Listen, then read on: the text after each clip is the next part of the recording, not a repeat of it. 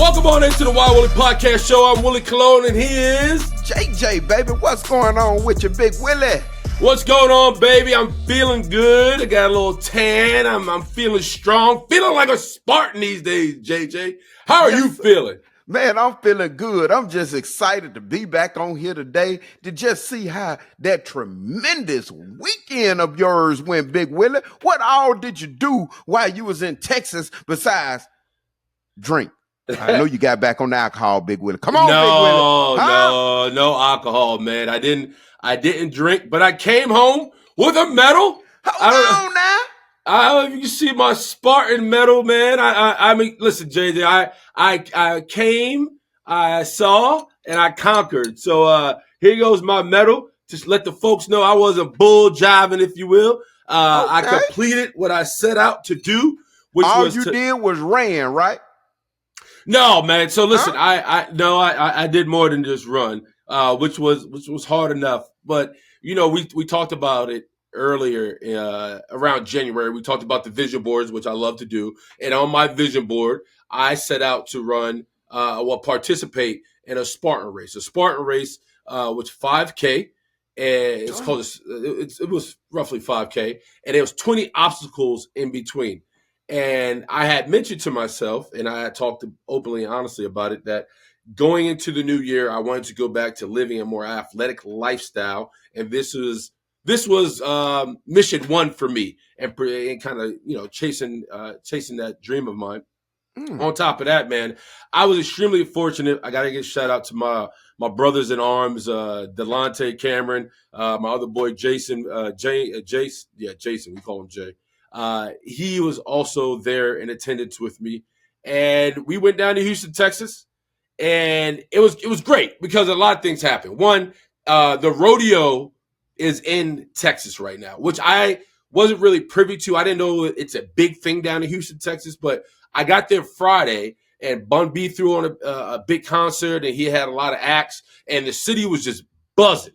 And I said to myself, okay, Houston's got it. By the way, all the IG models, all the hot chicks we see on IG, they're all in Houston. Houston is flooded with beautiful women. Oh, my goodness. From top to bottom. I mean, just gorgeous women walking around all over the damn place. And I don't know if they were just in town for the rodeo, or maybe they were in town for the Spartan race, or whatever they were doing. But it's littered. Houston has it going on. I have been to Atlanta a bunch of times. I've only been to Houston at least once or twice. This being my third time, to be exact. And every time I've been to Houston, the city continues to grow, and there's a boom, and there's young, vibrant, happy Black folks just walking around. Not at one time did I feel like shadiness was going on. I never felt danger. I didn't see danger. And I was all around in Houston. It wasn't like I was just in one place. But the people there, the women, the food, the atmosphere, the vibe, all tens. Houston has it going on. So shout out to Houston, man. Whatever you're doing, keep doing it. I saw young Black professionals. I saw the ratchets. I saw everything. I saw it all. I saw it all. I'm going with you next time, Big Willie. I might not do the Spartan, but I'm going with you. At least I got there and can see how you're hanging up in there. Man, if you do come, you're going to do the Spartan race. It was great. Man, there's no. You have to come and conquer like I did. That's the whole goal. Well, what was your hardest thing on the Spartan race? What was your most difficult task that you had to do while you was on that 5K? So this is the thing. I got there Friday evening. I was able to kind of meet up with the guys. We had some dinner. We hung out for a little bit, and I got up Saturday.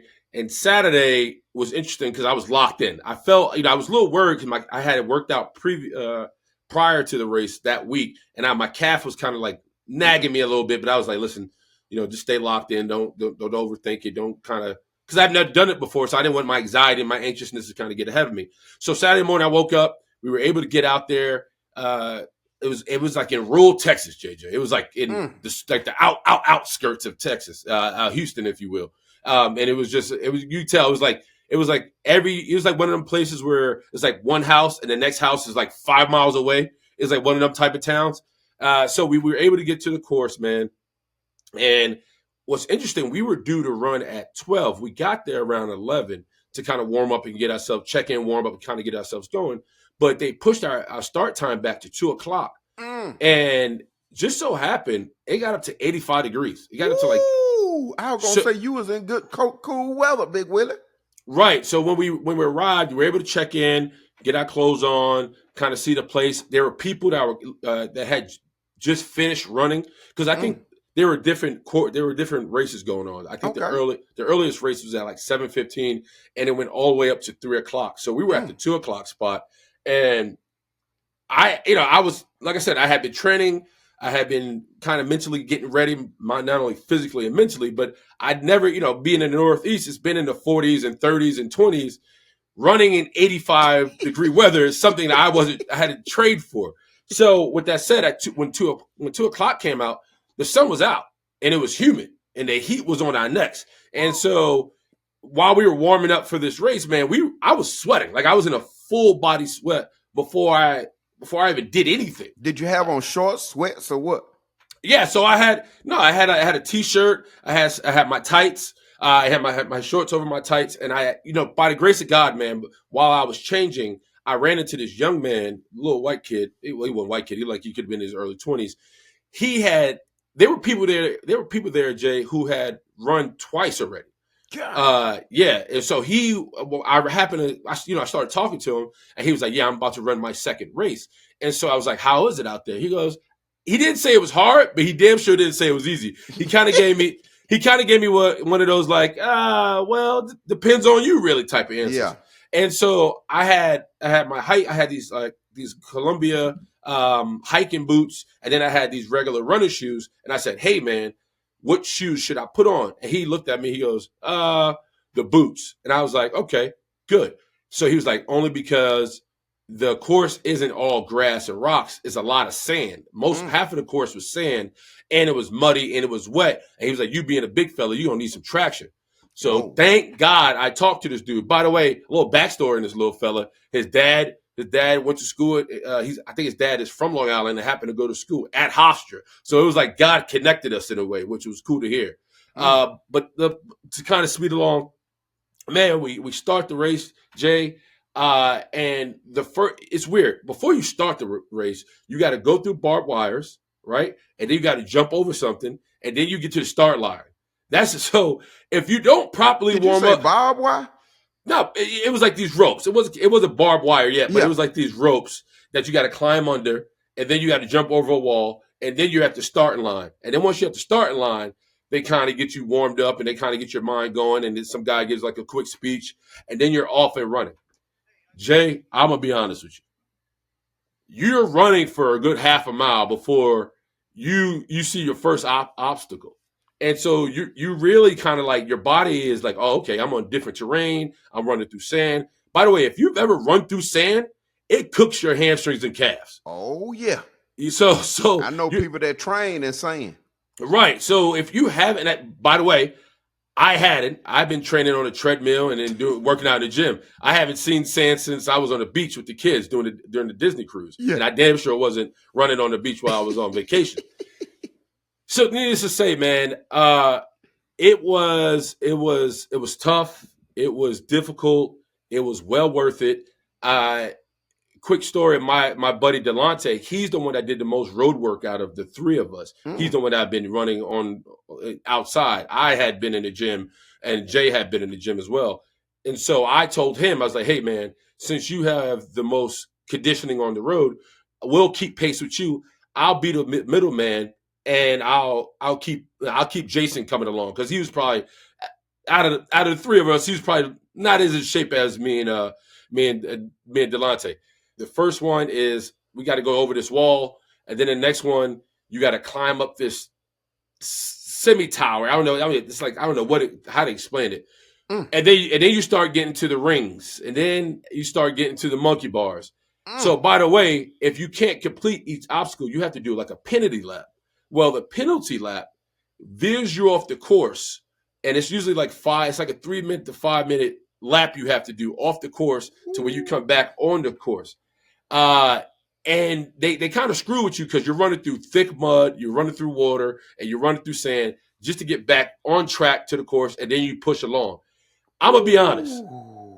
I'm gonna tell you worse. Well, it was frustrating because especially, once a couple things. When your shoes get wet, they get heavier. Yes. When your pants get wet, it feels like you got damn near corduroy jeans on, right? Yes. On top of that, it's 85 degrees and it's humid. Ooh. On top of that, we're running through sand. On top of that, we're running through, rocks and there's different potholes along the way. So this is throughout the whole course. So if you're not mentally saying to yourself, keep going, keep going, keep going, there were people, JJ, who were tapping along the way.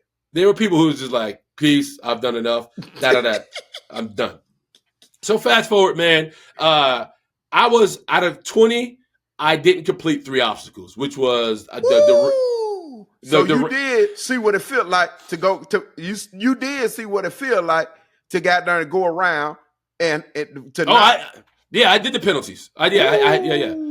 So I wasn't able to complete the rings. I wasn't able to complete the monkey bars. What else? Oh, and the rope. You had to pull yourself with the rope. I wasn't able to complete that. However, so when you say the rope, are you climbing a wall or are you trying to pull yourself up to the top and touch something? You got to climb, like pull yourself up to the top and touch something, and you got to hit a bell. Every time you complete something, you got to hit a bell. What's wrong with 10 feet, Big Willie? I don't know. Couldn't get up there. It couldn't have been no more than 10 feet, right? It was higher than it was high. Something. It was higher than that. It was high. It was it was up there. I don't know. I can't right now think of how high it was, but it was high. But it was interesting because going into the race, we all had our fears. My buddy Delonte is terrified of heights. My buddy Jason was really worried about if he could even complete this thing, and he was probably the ultimate pessimist of it all.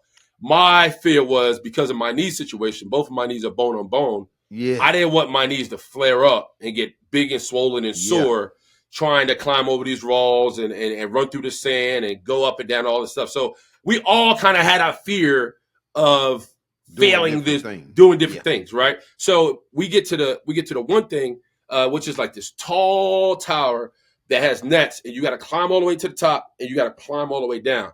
I knew mentally I can do it. I'm also terrified of heights, but I know how to work myself through it. My boy Delonte, who had also participated in the Spartan Race in Canada, didn't do it the first time while he was in Canada because he said he saw a lady fall flat on her back from it. And by the way, when you're climbing these things, there's no harness, there's no wire. You're doing this free. And so I literally had to talk my boy Delonte up to the top, like yelling at him, "You could do it. Go." That 1 foot after, I'm yelling at him, kind of walking him through this. Jay, when he got to the top, I don't know if you ever see somebody like terrified, like fear. Yep. This man's eyes was as big as a Looney Tune, and he was shaking him up there. And I couldn't go up there and get him. I had to wait till he come down, and then I was going to go up. And I was proud of him, man. He was scared. He was trembling. He was able to get to the top and climb down. And even when I got to the bottom, once I completed it, he was still shaking from his nerves.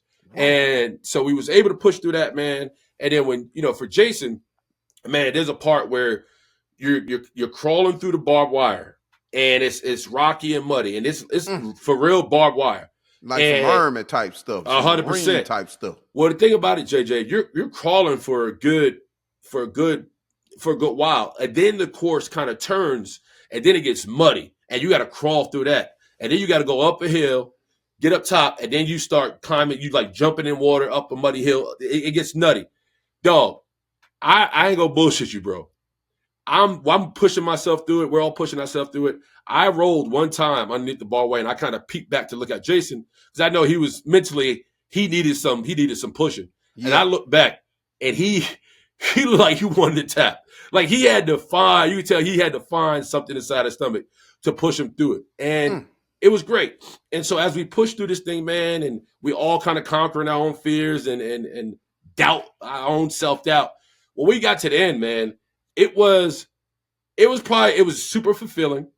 It was I had so much gratitude, man, because as we were going through the race, I was motivating the guys, pushing the guys. I said, it's easy to be in this situation and complain about what you have to do instead of acknowledging what you get to do.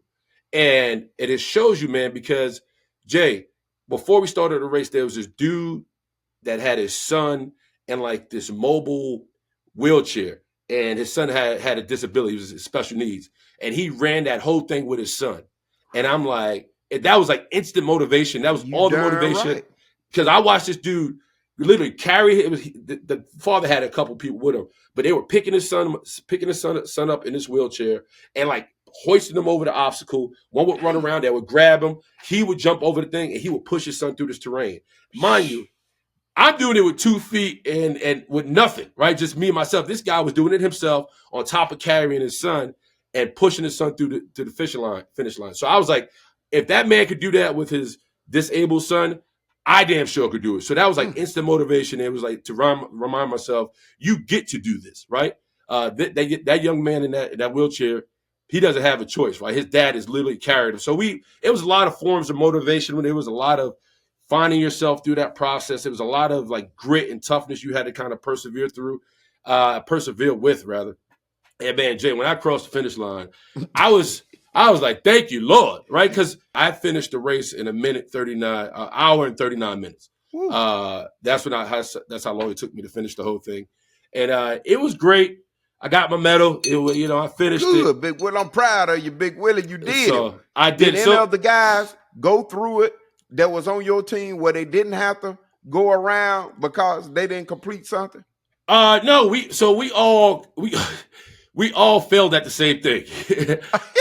So we all failed at the monkey balls, we all failed at the rings, we all failed at the rope. And my buddy said, so the last obstacle was like this slanted wall you had to climb up and get over.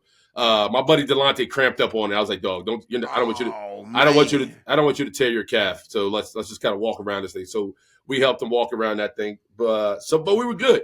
We were good, man. And it was tough. You couldn't walk off the couch and think you was going to be able to do this. You had to be in some type of condition. You have to train, and it worked out. And I was extremely happy to, there was this young lady halfway through it while we were going up this muddy hills in and out, man. She was pushing me. I was pushing her. She was like G.I. Jane. So, and we met a lot of people along the way. And it was just good to see people out there really fighting and grinding and crawling and scrapping. We were all kind of pushing each other. Super motivational, super uplifting. And it was good, man. Houston owes me nothing. I partied. I ate. I didn't drink, but I drank. And I came home with the medal, which I wanted to do. It was a blessing, man. I got no complaints. That's wonderful. Big Willie, you might need to hook that same boot camp out, probably in the neck of the woods somewhere. Probably get you one going, got down in there, see what the people are about. That'd be something good for like a football training or something. Yeah, maybe. I'll leave that to So Gucci. I'll let So Gucci do that. I think I'm definitely coming back next year. We're going to do a different so the Spartan races are throughout the country and throughout the world, and I think every year or every month they list new places where they're going to be. So next year, I was able to post what the finishing touch, if you will, the finale of how me and the boys completed it. And a lot of people were texting me, I want to do it next year. I want to. So we'll see. It won't be just me and the fellas. I may have a whole tribe coming with me next year. Well, you got video, Big Willie, right? Because we looking forward to see how this event started, middleways, and how it ended, Big Willie. Yep, I'm gonna give it all to Britt. Britt's gonna chop it up and get it. Britt is gonna throw it out there. So, it was great. I loved it. I had a great time. Thank you, Houston. Thank you to the Spartan Race. Once again, it was great. What about you? What did you do, Jay? Big Willie, I had a pretty good weekend, Big Willie. The children came over, the grandchildren came over, and I hooked some of my special sketty up, Big Willie.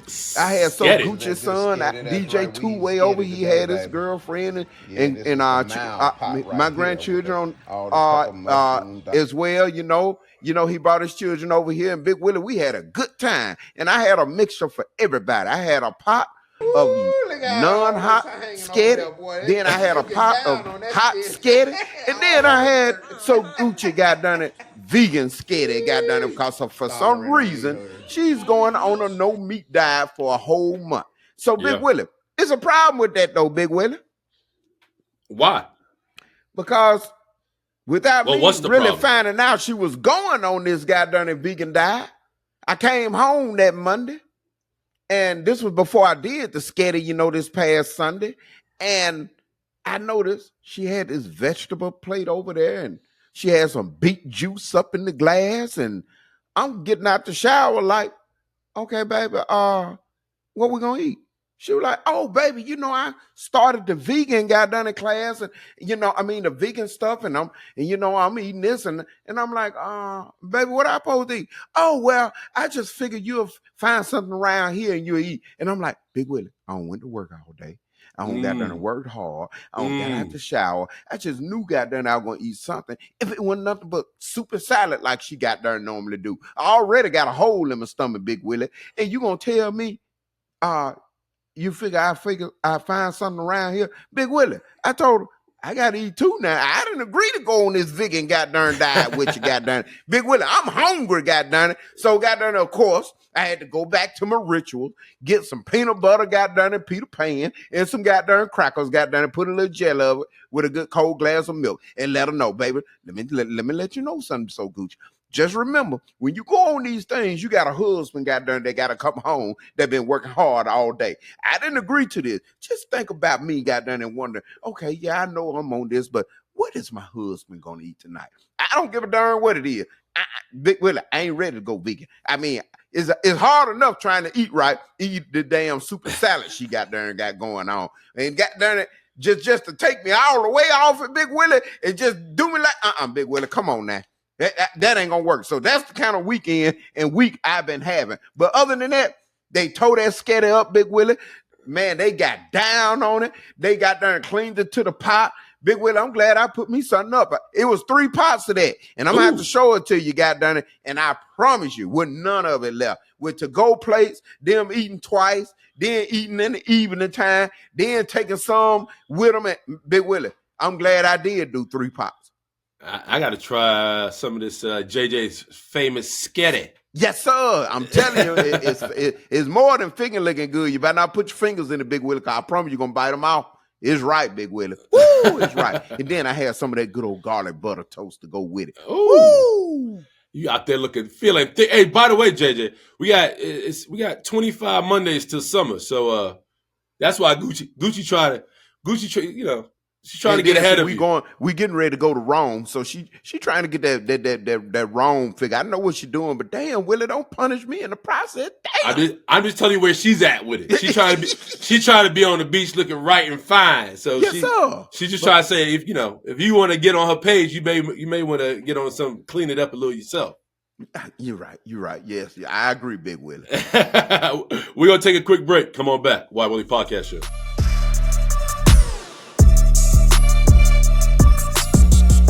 Welcome on back to the Why Willie Podcast Show. It's time to talk hot topics, if you will. JJ, do you know who Wendy Williams is? What you talking about? Wendy Williams, or all the Wendy Williams got done it that's gonna talk about you, tell you what you think, got done it, don't give a darn, and got done it. Big Willie, you don't think it came back on her, do you?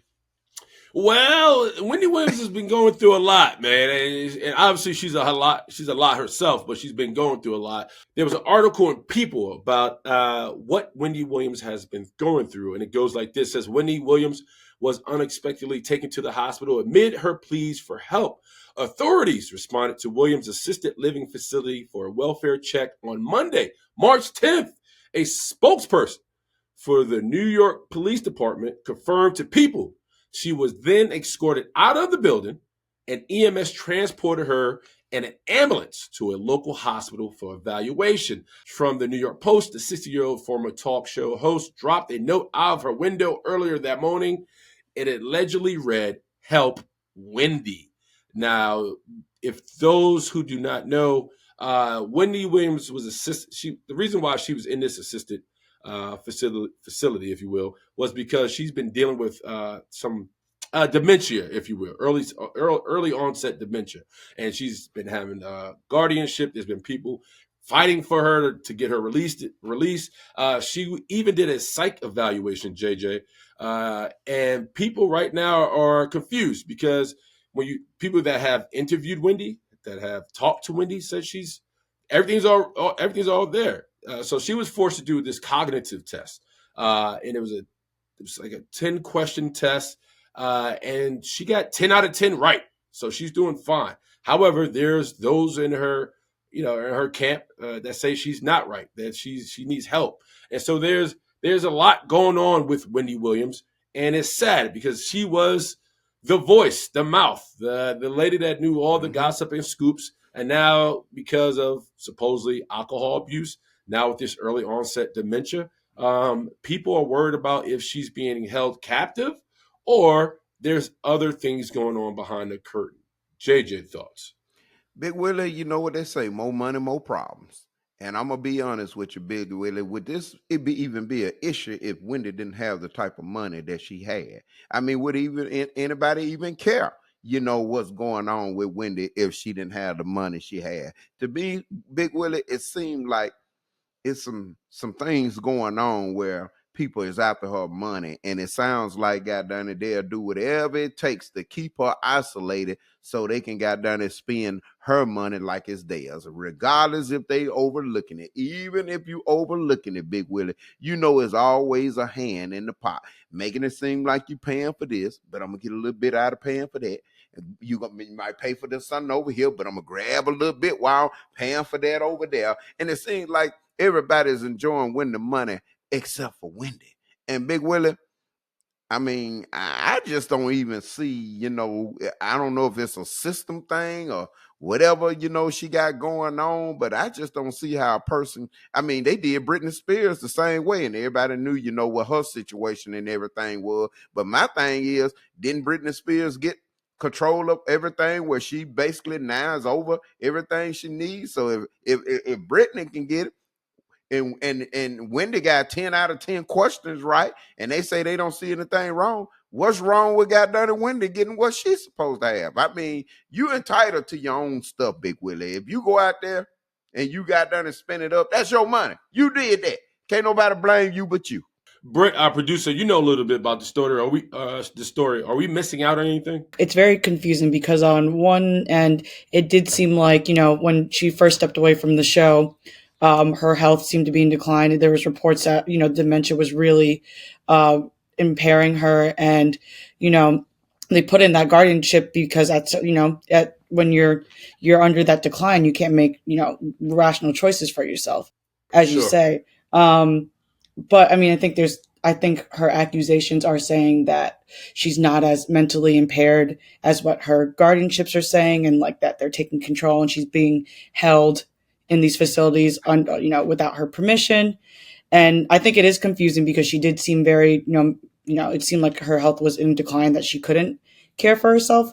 But if she's passing these tests and advocating for herself on TMZ and able to make those points, I don't really know what's going on.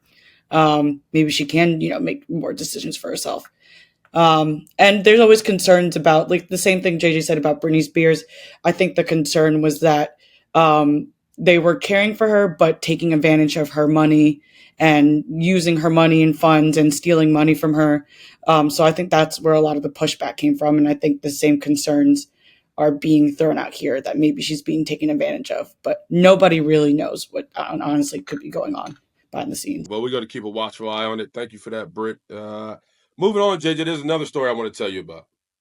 This one is coming out of Virginia. So, JJ, you have girls that one time competed at a high level when it came to dance. And you've seen the good, the bad, and the ugly when it comes to competition. And so this story is coming out of Virginia. I want to read you this one. It says Virginia high school track star Aaliyah Everett is speaking out after a viral video showed her hitting an opponent with a baton during a track meet. Aaliyah gets emotional while explaining that it was an accident. She says that her baton got stuck behind the other runner's back, causing her to lose balance. The other athlete, Kayleen Tucker, suffered a concussion and possible skull fracture, JJ. Her family is now waiting for an apology from Everett and her coach. Meanwhile, the Virginia High School League is investigating, and Everett's family has reportedly been served with court papers. All right, JJ, so we got video of the track meet, and I just want you to see this. I kind of know what this girl was going through, but I want you to see it, and I want you to have your own opinion about it. So, Britt, play the video.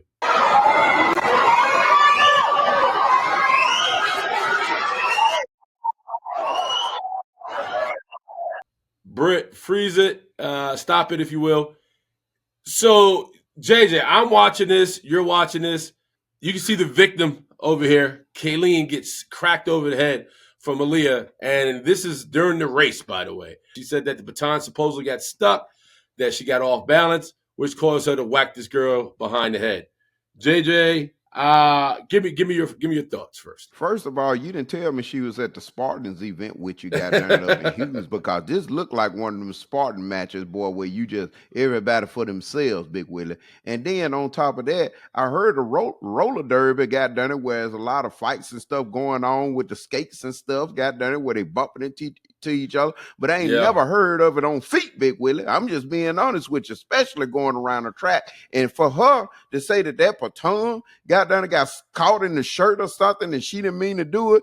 Now, from my understanding, if it get caught in your goddamn shirt, you gonna bring it down and try to get it from under your shirt, Big Willie. But goddamn, from my understanding, she didn't bring it down. She came all the way back, Big Willie, and I don't think the shirt way back here with the baton, Big Willie, and that hand came goddamn forward like that, Big Willie, with that baton down. Now, maybe I'm saying something wrong, or, when you're looking at stuff, maybe it can kind of, deter the eye on what the eye see. But from my eye, that baton came from back here, Big Willie. And to be honest with you, she got mad. That girl got done about to pass her. And they always say, what's in you gonna come out you. And Big Willie, that came out of her. I mean, the real her came out. I don't care how you try to word it, how you got there and try to make it sound like this, Big Willie. The evidence is in the proof.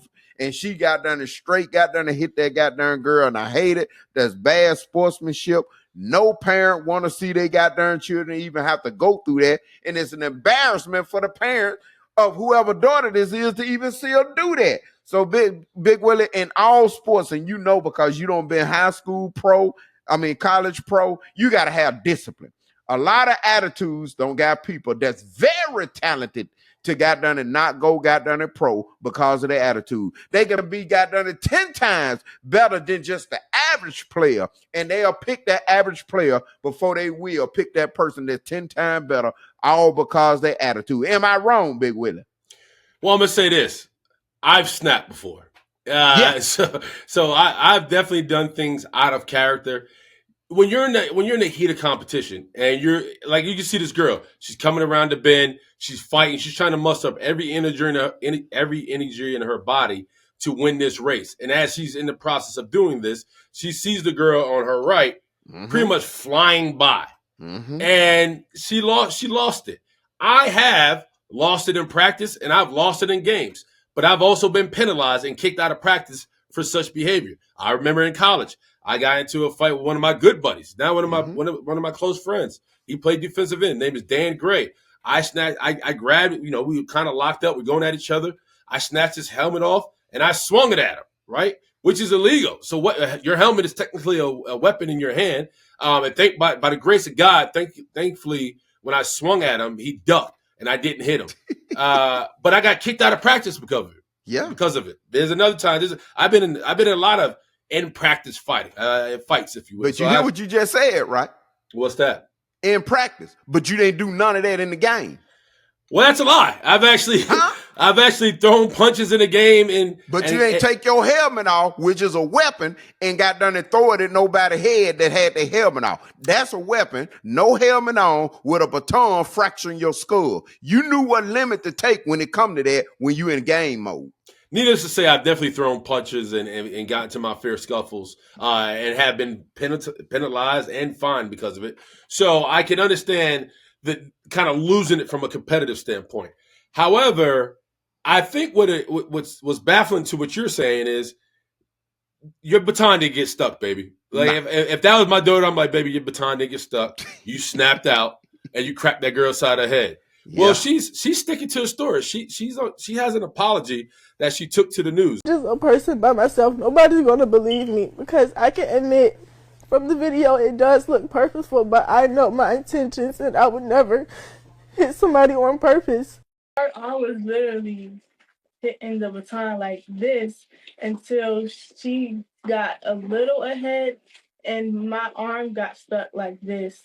In the video, Everett is seen on the inside track running the 4x200 relay at the Virginia State High School League Championships when junior Kaylin Tucker came around the outside on the corner. That's when she hit me with the baton. I just felt a bang on my head, and then I fell off the track immediately. Kaylin dropping her baton and reaching for her head. She was later diagnosed with a concussion. JJ, you've seen both interviews. You even heard it. You heard from the victim herself. Do you believe her? Yes or no? Big Willie, you saw that goddamn baton when it came from under her back. I just it did look like it got stuck a little bit now. But Big Willie, that hand got done it when it came up under there. Even when you get it stuck, you ain't coming back over your shoulder with that baton got done it. That shirt ain't way back there, Big Willie. That arm extended. So you try to tell me when you pull it out like this, you still can't just run with it by your side. It's a different when you pulling it from up there like that and you got done running with it and it's still by your side and you keeping it down. You ain't even got done it to the other girl to even hand it off like this. You can still keep that baton right there at your side. But that got done shoulder did a rotation and it got done came over the top like this, like, oh, you gonna pass me? Wow. And got done you trying to justify your mistake because of your pride. The reason you did it because to be honest, you embarrassed.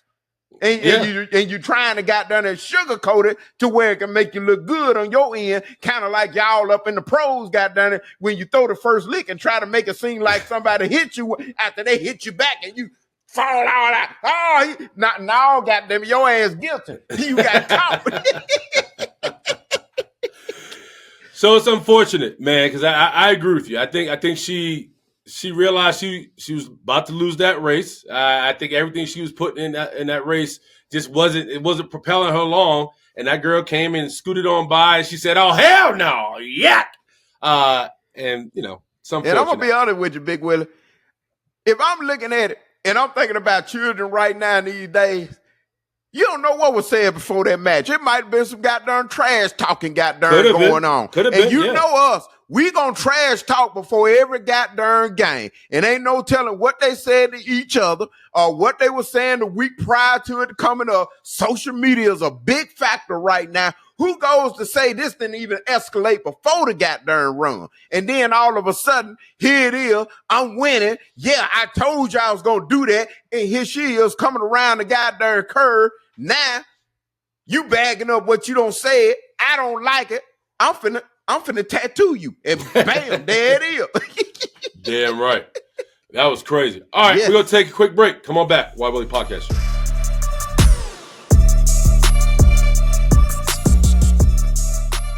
Welcome on back to the Why Willie Podcast Show. We've done this before. We have a segment called Good Thinking or What Were You Drinking? Pretty much we've seen things on the internet that makes us scratch our head or we have an explanation for it and we understand why. We have our beautiful and awesome producer, Brittany Smith. She has some viral clips for me and JJ to pass some judgment on. Britt, what you got? All right, I got 3 things for you guys. Let's see if you think I'll set them up for you and let's see if you think it's good thinking or what are you drinking. So this one, when you don't really have utensils to eat your snack, but you still need to use something. Using an EBT card to eat ice cream. Is that good thinking or what are you drinking? Oh, JJ. This is, man, first of all, it can't be that good that you got to go ahead and get it ASAP with an EBT card. Like this is nuts right now. And it looks like it looks like a child next to her, which I first of all, I don't want to pass too much judgment because to have an EBT card, you have to be on welfare. And on top of that, I don't know if she hasn't eaten in a long time. That's why she's getting after it right now. So I want to be sensitive to the matter. But between old boy licking his fingers behind her and her scooping it with the EBT card, I'm like, ugh. So I don't know. Big Red, I'm going to say, what are you drinking on that? Because I'm going to be honest with you. I don't been in that position before.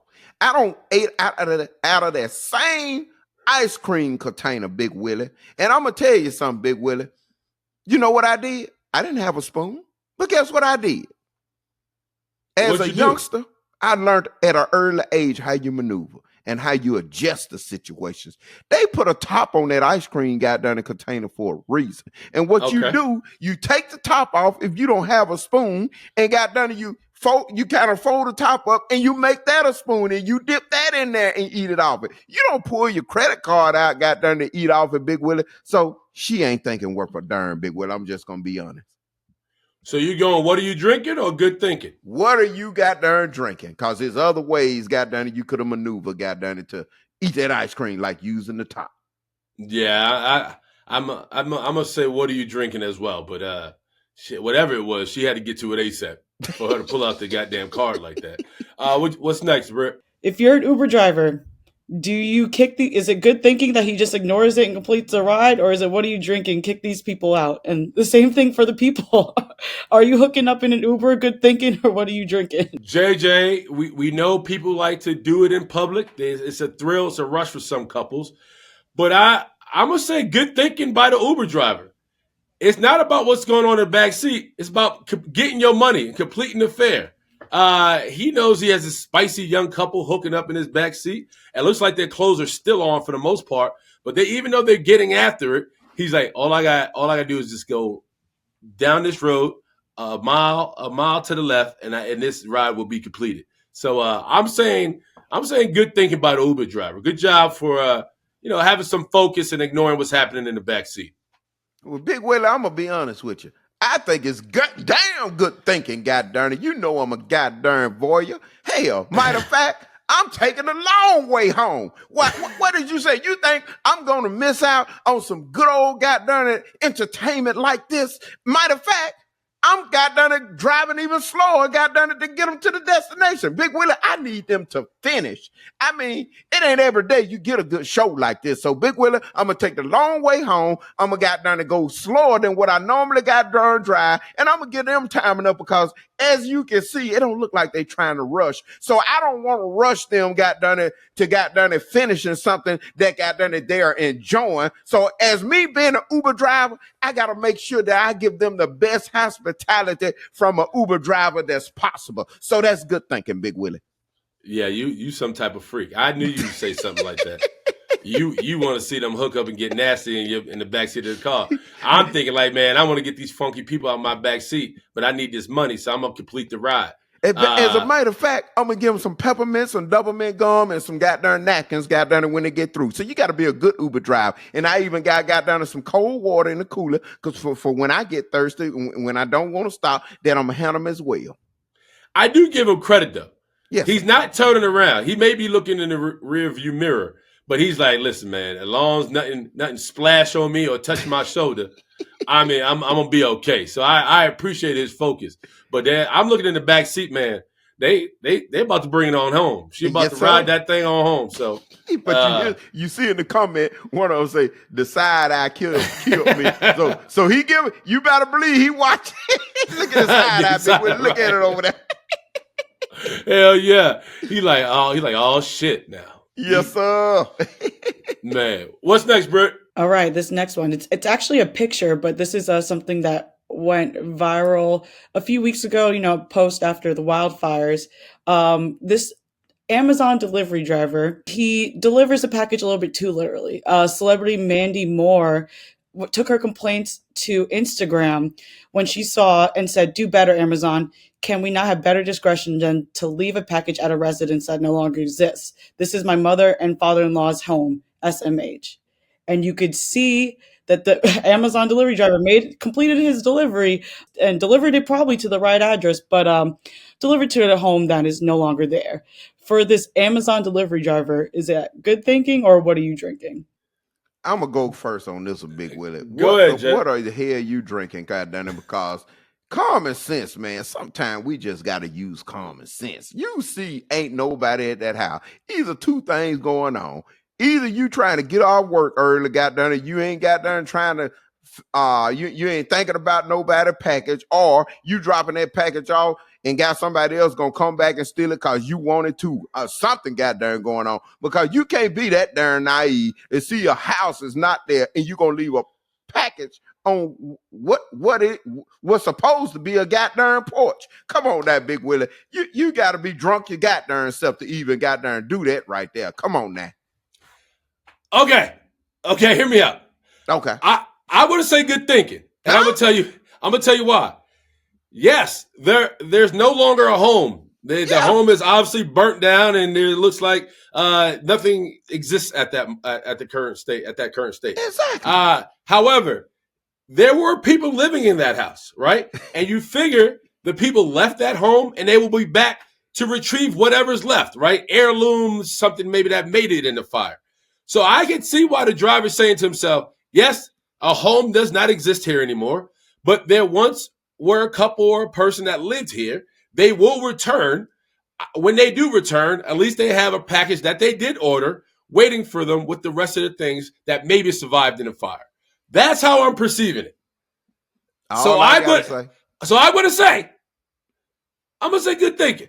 I'm going to say good thinking because JJ, your house is burnt, but maybe you come back for your daughter's cheerleading shoes, or maybe you come back for a painting that has been passed down from generation, and you're praying hopefully it has survived the fire. And while you come back to retrieve your things, like, oh, I ordered this a week ago, I'm gonna take this with me. So I applaud the delivery driver for persevering and finishing the job. I'm gonna say once again, good thinking. Well, all I gotta say, goddamn it, if they in a bad neighborhood, goddamn it, them dope fiends, goddamn it, got their package less than 10 seconds, goddamn it, and the dope boy waiting on the corner, goddamn it, for him to bring him to his house. Yeah, but listen, I'm pretty sure Mandy Moore's parents don't live in the hood. I'm just gonna throw that out there. Okay. But I will say that for those who are like, man, how dumb can you be to leave the package when obviously there is no longer anybody there or the home there? I think the delivery driver is saying they will come back. And when they come back, hopefully the package is there still and their belongings, whatever meant to them, whatever, they held close to the heart to survive the fire and there as well. So I'm going to have grace and empathy for the delivery driver and the delivery man. Good thing. If I was the Amazon man and you ordered a package and it had that address on there, would you want me to drop that package off right there? With the thought process that I will return, yes, I will want you to leave it.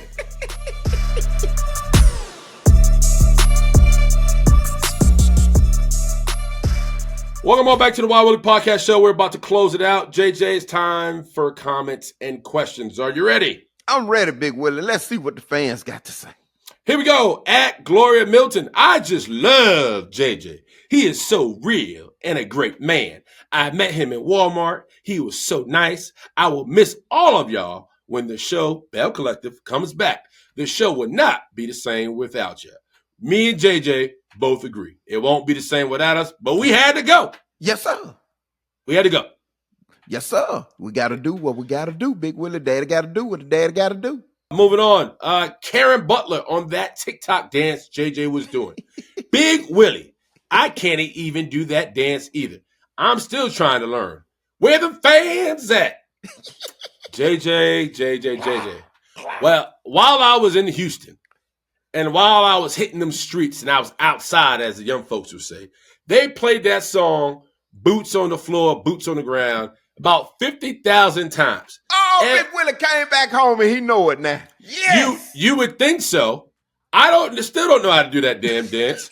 But all I know, everybody in Houston knows how to do that damn dance. Even the men.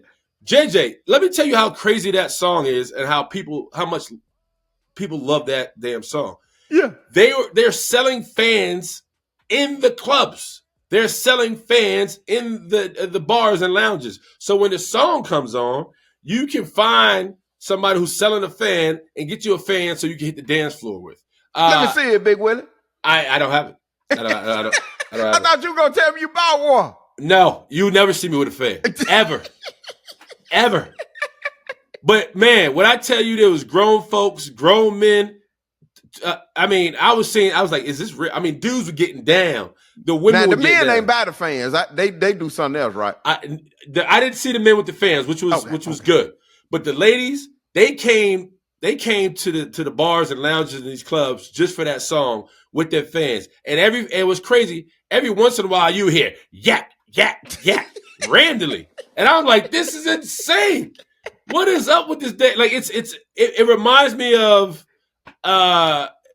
when people were doing the nay and all that other stuff. Like you can just see people when that it was crazy. Even when other songs are on, people will still hit the breakdown with the fans, and it was just like it was nuts. There was one time we were in this shout out. We went to a club Sunday. It was called the Kirby, and it was jam packed. It was swollen. People left and right. It was jumping. And the DJ was just, he was hitting the people in the head with hits after hits. And this lady walked by me, Jay, with the fan, and she spun around. It was like pop, pop, pop, pop, and then like some pop, pop. And I was like, holy! It was all with the fan. And I was like, oh. And she kept scooting by me. And I said, oh shit! And every 5 girls that was throughout the club had a fan, either a custom fan or some type of elaborate decorated fan. This fan thing is insane. It's taken over America.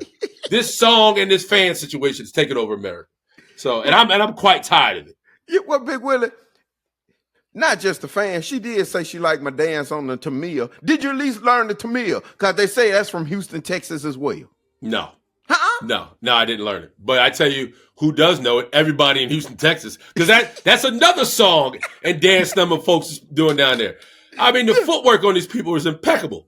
So it was a lot. I did a lot of watching, like, oh my God, this is nuts. Between the Tamir dance, boots on the floor with the fans, and then there's this music called Zydeco music. The Zydeco music is like country. It's like country go-go, but with like an R&B twist. And they have a whole dance routine to the Zydeco music. It's down. I'm telling you, Houston, A plus. They got it going on. They know what they're doing. Once again, I'm proud of Willie Cologne. For completing my Spartan race. I did the damn thing. Came home with a medal. Extremely happy about that. And I got more goals ahead, so I plan on getting that done too. And we look forward to seeing them videos, Big Willie. I can't wait to goddamn it. Tune in on the Why Willie with JJ show and see you goddamn. Come on, man. We got this. Come on, man. We got to get it, bro. There was a lot of that going on. Yes, there was a lot of heavy breathing and asking myself, why? Why, Willie? Why? I had a good time, man. We're about to get up out of here. I'm Willie Cologne, and he is. Hold on, Big Willie. I got one thing to say. What happened? I don't know if you saw it or not, but I went viral. Got done. The Daddy Babies don't have them doing the Kendrick Lamar dance.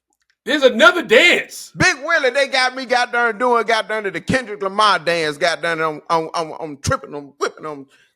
They got me doing it. And Big Willie got done, we went viral. As a matter of fact, Big Willie, I want to say, as we speak today, I have had over, let's see, 1.8 million Big Willie viewers already on this. Yes. Oh, no. It's a cultural divide. I'm going to get it on the floor. You really about to do it? 40 acres in the mule. This is bigger than the music. You really about to do it? Yeah, they tried to rig the game, but you can't fake influence.